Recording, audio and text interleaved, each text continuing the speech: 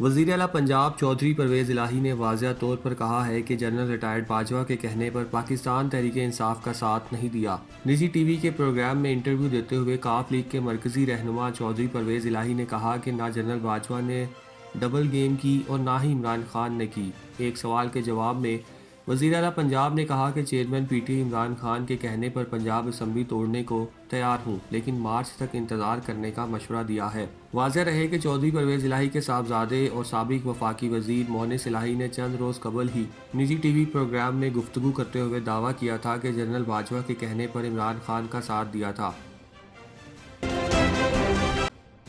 وزیر اعلیٰ پنجاب چودھری پرویز الہی کا کہنا ہے کہ صوبے بھر میں سود کے نظام کے خاتمے کے لیے اقدامات کر رہے ہیں۔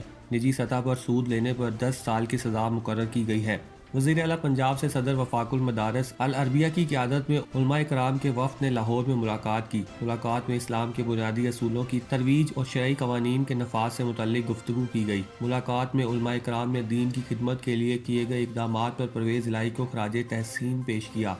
مفتی تقی عثمانی کا کہنا تھا کہ آپ دین کی خدمت کر رہے ہیں، علماء آپ کے لیے دعا گو ہیں، دین کی خدمت کی برکات سے آپ کی حکومت چلے گی۔ ملاقات میں گفتگو کرتے ہوئے پرویز الہی کا کہنا تھا کہ وزارت اعلیٰ سنبھالنے کے بعد فوراً قرآن بورڈ کو بحال کیا، پنجاب میں طلبہ کے لیے ناظرہ اور ترجمہ قرآن لازمی قرار دیا گیا۔ انہوں نے یہ بھی کہا کہ نجی سطح پر سود لینے پر 10 سال کی سزا مقرر کی گئی ہے، جبکہ عقیدہ ختم نبوت کے لیے قوانین سازی کی گئی ہے۔ اس سلسلے میں پہلی مرتبہ نکاح نامے میں عقیدہ ختم نبوت شامل کیا گیا ہے۔ علماء کرام کے کردار کو سراہتے ہوئے پرویز الہی کا کہنا تھا کہ علماء کی دعاؤں اور برکتوں سے سارے کام سیدھے ہو رہے ہیں۔ بچوں کا ذہن دین کی طرف راغب ہوگا تو قوم بنے گی۔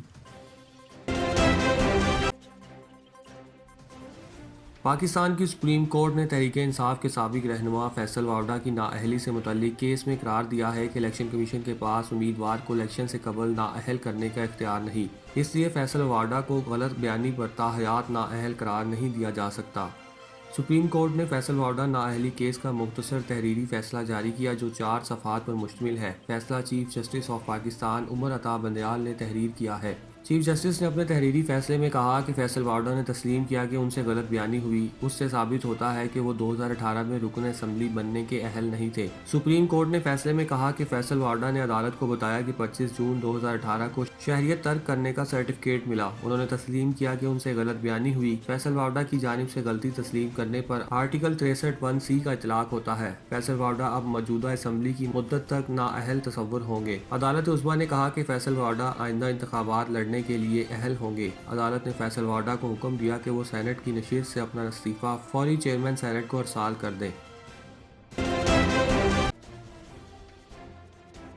امیر جماعت اسلامی پاکستان سراج الحق کا کہنا ہے کہ آصف علی زرداری اور شہباز شریف نے پی ٹی آئی حکومت گرانے میں ساتھ مانگا، ان کا ساتھ دیا اور نہ ہی پی ٹی آئی کا، کیونکہ یہ سب کرپٹ ہے۔ تاندیا والا میں جلسے سے خطاب میں سراج الحق نے کہا کہ عمران خان اور شہباز شریف نے اپنی حکومتوں میں لنگر خانے اور مسافر خانے بنائے، انہیں ایک اور موقع مل گیا تو پاگل خانے بنائیں گے کیونکہ پوری قوم پاگل ہو جائے گی۔ سراج الحق نے کہا کہ پی ٹی آئی اور پی ڈی ایم کی لڑائی صرف اپنے مفاد کے لیے ہے، یہ ایک ہی طرح کے لوگ ہیں اور سب نے قوم کو دھوکہ دیا۔ عمران خان کی 10 سال سے خیبر پختونخوا میں اور پیپلز پارٹی کی سندھ میں حکومت ہے، یہ لوگ ناکام ہو گئے اور 22 کروڑ عوام کو تباہ کر دیا۔ امیر جماعت اسلامی پاکستان نے کہا کہ پاکستان کے ہر بچے پر قرض ہے، ملک میں ہر سال اربوں روپے کی کرپشن ہوتی ہے، زرعی ملک ہونے کے باوجود کسان بدحال ہے، وزیر خزانہ سب سے بڑا سود خور ہے، اس سے پہلے پی ٹی آئی اور مسلم لیگ نون کے وزیر خزانہ سود خور تھے۔ انہوں نے کہا یہ سب لوگ عوام کو اڈیالہ جیل میں نظر آئیں گے۔ ایران نے اسرائیل کی خفیہ ایجنسی موساد کے لیے کام کرنے والے 4 افراد کو سزائے موت دے دی۔ غیر ملکی میڈیا کے مطابق اسرائیل کی انٹیلیجنس ایجنسی کے لیے کام کرنے والے الزام میں سزا پانے والے 4 افراد کو آج صبح سزائے موت دی گئی۔ ایران کی عدلیہ کی جانب سے بھی 4 افراد کو سزائے موت کی تصدیق کرتے ہوئے بتایا گیا ہے کہ 4 پر اسرائیل کی انٹیلیجنس ایجنسی سروس کے ساتھ کام کرنے کا الزام تھا۔ یاد رہے کہ چند روز قبل ایران کی عدالت نے اسرائیلی انٹیلیجنس سروس کی ہدایت پر چوری چکاری، اغوا اور عوامی املاک کو نقصان پہنچانے کا جرم ثابت ہونے پر 4 افراد کو سزائے موت سنائی تھی۔ اس گروہ کے دیگر 3 افراد کو قومی سلامتی کو نقصان پہنچانے، غیر قانونی اسلحہ رکھنے اور اغوا کی وارداتوں میں معاونت پر 5 سے 10 سال قید کی سزا سنائی گئی تھی۔ ایران میں مہسا ایمنی کی پولیس کی حراست میں ہلاکت کے بعد شروع ہونے والے احتجاجی مظاہروں میں ایرانی حکومت نے اخلاقی پولیس کو ختم کرنے کا اعلان کیا ہے۔ فرانسیسی نیوز ایجنسی کے مطابق ایرانی اٹارنی جنرل محمد جعفر منتظری نے کہا ہے کہ اخلاقی پولیس کا عدلیہ سے کوئی تعلق نہیں اور اسے ختم کیا جا رہا ہے۔ انہوں نے یہ بات ایک مذہبی کانفرنس میں سوال کے جواب دیتے ہوئے کہی۔ ان سے پوچھا گیا کہ اخلاقی پولیس کو کیوں ختم کیا جا رہا ہے۔ ایران میں اخلاقی پولیس کا قیام سابق صدر محمود احمد نژاد کے دور حکومت میں ہوا، جس کا مقصد خواتین میں حجاب کا استعمال کو یقینی بنانا تھا۔ پولیس نے 2006 میں شہروں میں گشت کرنا شروع کیا۔ گزشتہ روز اٹارنی جنرل نے کہا تھا کہ پارلیمنٹ اور عدلیہ حجاب کے حوالے سے بنائے گئے قانون کا جائزہ لے رہی ہے۔ محمد جعفر منتظری نے کہا کہ پارلیمنٹ اور عدلیہ دونوں اس معاملے پر کام کر رہی ہیں اور جائزہ لے رہی ہیں کہ کیا اس قانون میں تبدیلی کی ضرورت ہے۔ انہوں نے یہ واضح نہیں کیا کہ قانون میں کیا تبدیلی ہوگی، لیکن کہا کہ جائزہ کمیٹی نے بدھ کو پارلیمان کے ثقافتی کمیشن سے ملاقات کی اور 1 یا 2 ہفتوں تک نتیجہ سامنے آ جائے گا۔ سابق ایرانی صدر حسن روحانی کے دور میں حجاب کے حوالے سے اتنی سختی نہیں تھی۔ بہت سی خواتین تنگ جینز اور ڈھیلے ڈھالے اور رنگ برنگے حجابوں میں نظر آئیں، لیکن رواں برس جولائی میں ایرانی صدر ابراہیم رئیسی نے اس قانون کو سختی سے لاگو کرنے کا حکم دیا، تاہم بہت سی خواتین نے اس قانون کی پاسداری نہیں کی۔ ایران نے امریکہ، برطانیہ، اسرائیل پر ملک میں ہنگامے کروانے کا الزام لگایا ہے۔ ایرانی پاسداران انقلاب کے ایک جرنل نے رواں ہفتے پہلی مرتبہ کہا تھا کہ مہسا ایمنی کی ہلاکت کے بعد جاری ہونے والے مظاہروں میں 300 سے زائد افراد ہلاک ہو چکے ہیں۔ تاہم ناروے کے شہر اوسلو میں موجود ایران ہیومن رائٹس نے کہا کہ ان مظاہروں میں سیکیورٹی فورسز نے کم از کم 448 افراد کو ہلاک کیا ہے۔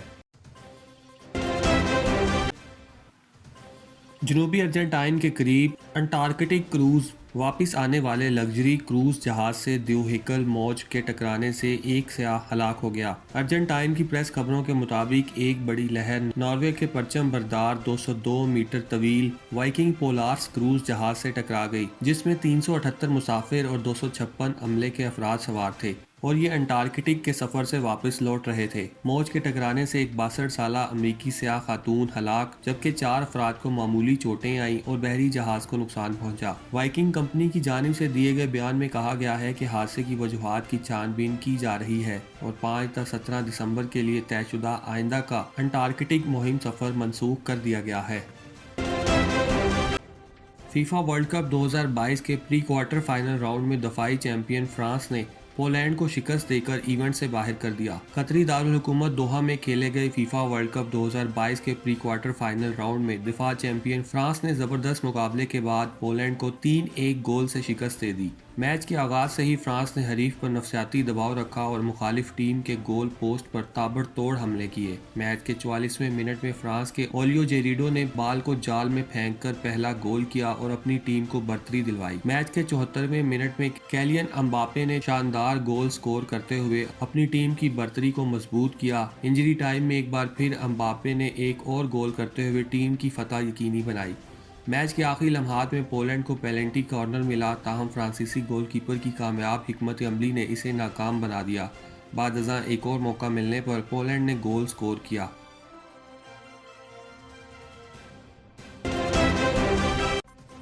چاندنی چوک پر آئیں، گھر جیسا کھانا کھائیں۔